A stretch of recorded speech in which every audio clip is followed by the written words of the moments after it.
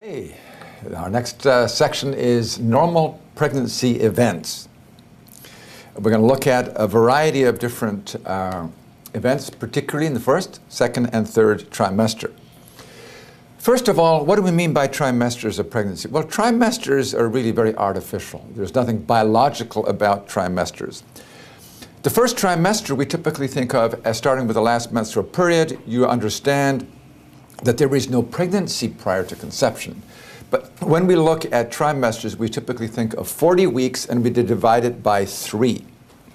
Now, 40 does not divide evenly by 3, so why don't we take 39 weeks and divide by 3, and that will give us 13 weeks for the first trimester, up to 26 for the second trimester, and then up to term 39, 40 weeks for the third trimester. But remember, there's nothing which is magical or medical or biologic about the trimesters. In fact, the organ systems are completely formed, although not grown in size, by the end of the 10th menstrual week. All right, the first trimester. What should we expect? Nausea and vomiting. It is so common that if a patient doesn't have it, you say, what's wrong? Fatigue, not feeling good. If there is bleeding, which occurs probably 15 to 20% of patients in the first trimester, most of those pregnancies will survive fine. Those that don't are probably going to be destined for failure because of aneuploidy. Weight gain.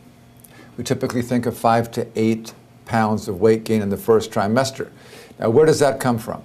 Well, it's clearly not the embryo, because it is still very, very small. What we're looking at here is increase in plasma volume, increase in breast size, perhaps a little bit of adiposity, but that's all, 5 to 8 pounds.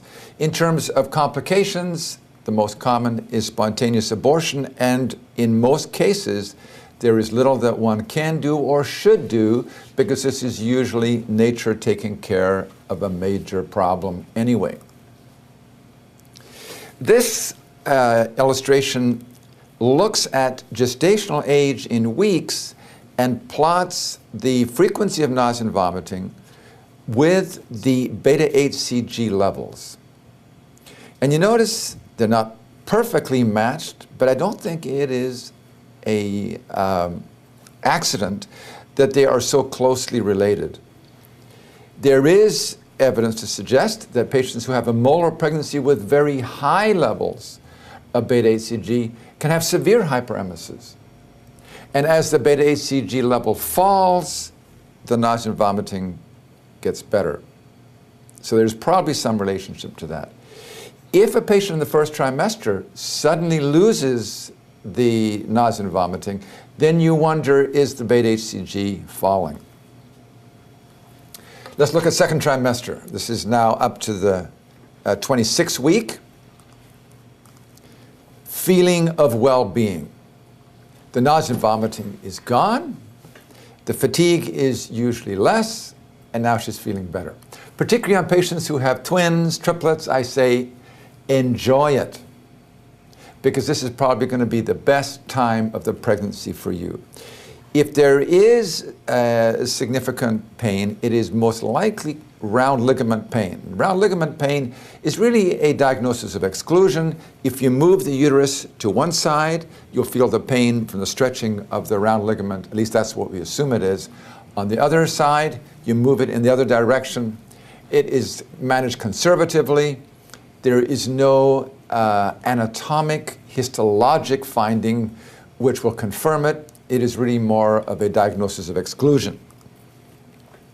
Braxton Hicks contractions. These develop in the second trimester as early as 14 weeks. These are low intensity, long duration contractions that do nothing to change the cervical effacement or dilation. They're really pretty benign. Now, who is Braxton? Who is Hicks? These are probably some gurus in the obstetrical history, but I really don't know who they are.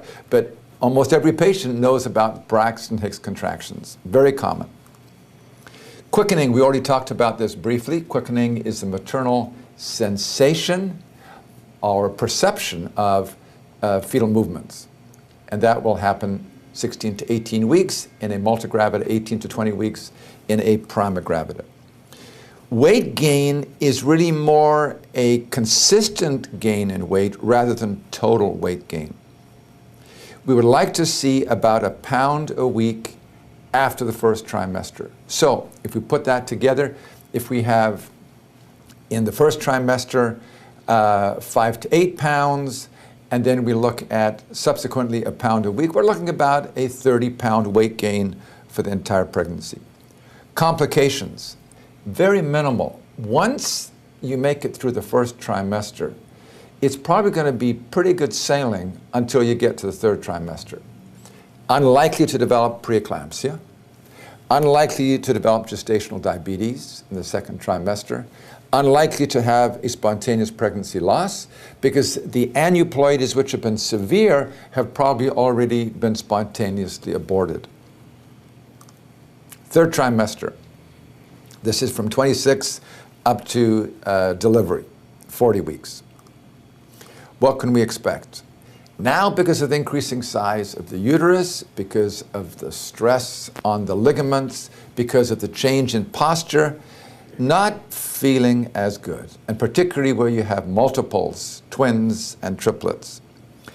Lightening is a term which expresses the drop in the fetus as there is engagement. The head moves down into the pelvis, and the mom feels less pressure on her diaphragm, and she is able to breathe a little easier. However, now she's got pelvic pressure, so it's kind of a trade-off between one and the other. Bloody show is a normal third trimester event. Bloody show relates to the release of bloody cervical mucus, which is an indication of cervical dilation. This typically doesn't occur until after 36 to 37 weeks. It doesn't mean that labor is imminent because patients can be 2 to 3 centimeters for a number of weeks without delivery. But it typically is bleeding from the columnar epithelium of the endocervical canal as the cervix starts to dilate. Again, weight gain is about a pound a week. And now we have the majority of pregnancy complications. And here's a little bit of alphabet soup.